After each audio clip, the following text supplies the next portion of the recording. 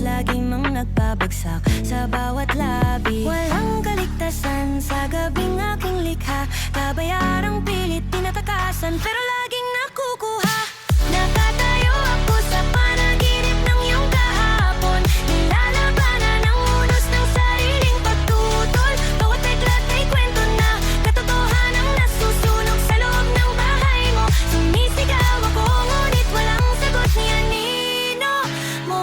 Human ng pitong bangin, yukit ang lahat sa buhangin. Walang pagsuko, walang pagtatago, sundalo sa akin ay matalimahi.